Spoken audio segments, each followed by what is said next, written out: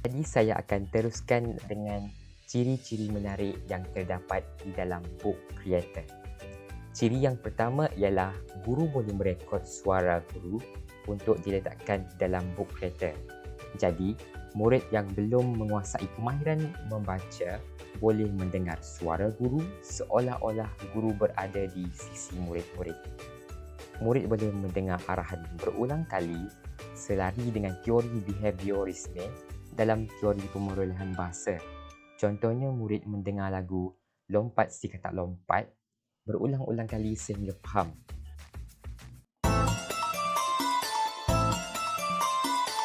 Murid juga boleh mengulang suara ataupun bunyi katak.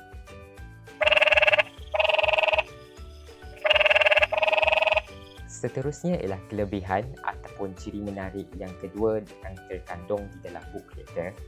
Murid boleh melihat video atau GIF yang diletakkan oleh guru. Contohnya di skrin terpapar GIF katak melompat ataupun gaya pergerakan katak. Perkara sedemikian menjadikan pembelajaran menggunakan DC ataupun Book Creator lebih menarik. Selain itu, kelebihan ketiga Book Creator ialah murid boleh belajar kitaran hidup katak melalui Book Creator dengan adanya pendedahan berbentuk rajah yang terpapar di skrin, tulisan yang di highlight hijau dan bunyi sebutan tulisan. Katak dewasa. Murid akan lebih memahami kitaran hidup katak dengan adanya huraian yang lebih terperinci daripada guru dalam bentuk suara.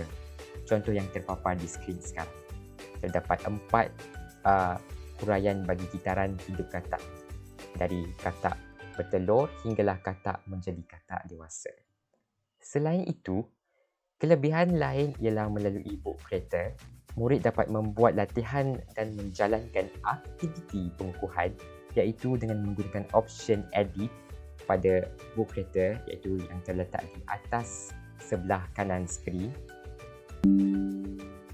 Contohnya, murid menggunakan pen ataupun features ataupun elemen pen yang tersedia untuk menjawab aktiviti yang disediakan. Jadi saya akan membuat demonstrasi bagaimana murid dapat menjawab soalan aktiviti pengukuhan.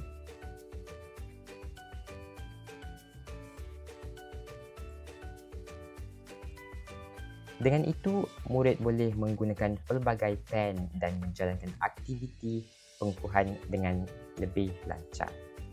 Di samping itu, selain menggunakan pen, kelebihan Book Creator juga ialah murid dapat merekod suara dan mengisi jawapan yang betul dalam aktiviti pengukuhan yang guru beri.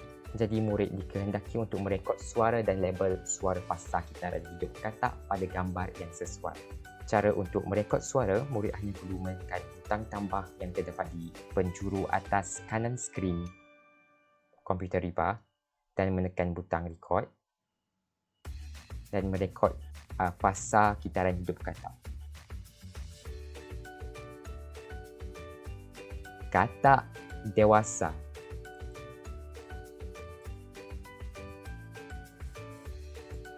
Jadi berikut adalah contoh aktiviti yang boleh murid lakukan di dalam Book Creator. Katak dewasa. Dan akhir sekali ialah di dalam Book Creator juga, murid-murid dapat mendengar pelbagai bunyi katak yang berbeza-beza.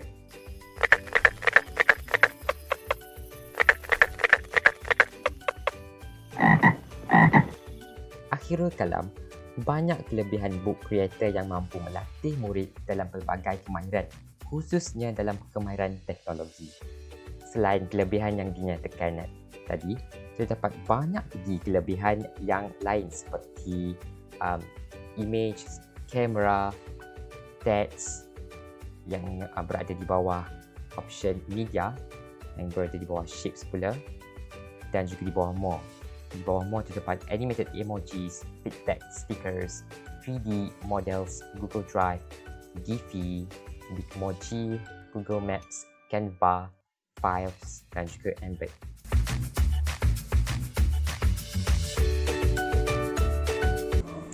Jadi, apa pandangan Mr. Kor mengenai inovasi Big and Sing and Project yang kami hasilkan?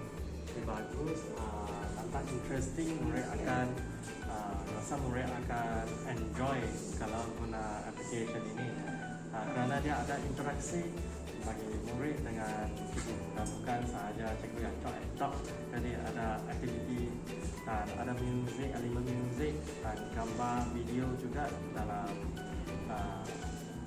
bahan inovasi ini. Jadi rasanya bagus. Pendapat cikgu untuk penambahbaikan projek yang kami hasilkan. Bagi penambahbaikan, mungkin boleh tambah elemen bagi itu macam mana ya? For example, aktivitinya link ke ataupun buka dan tutup macam itu, lebih lagi pelbagaikan aktiviti lah. Itu saja, terima kasih.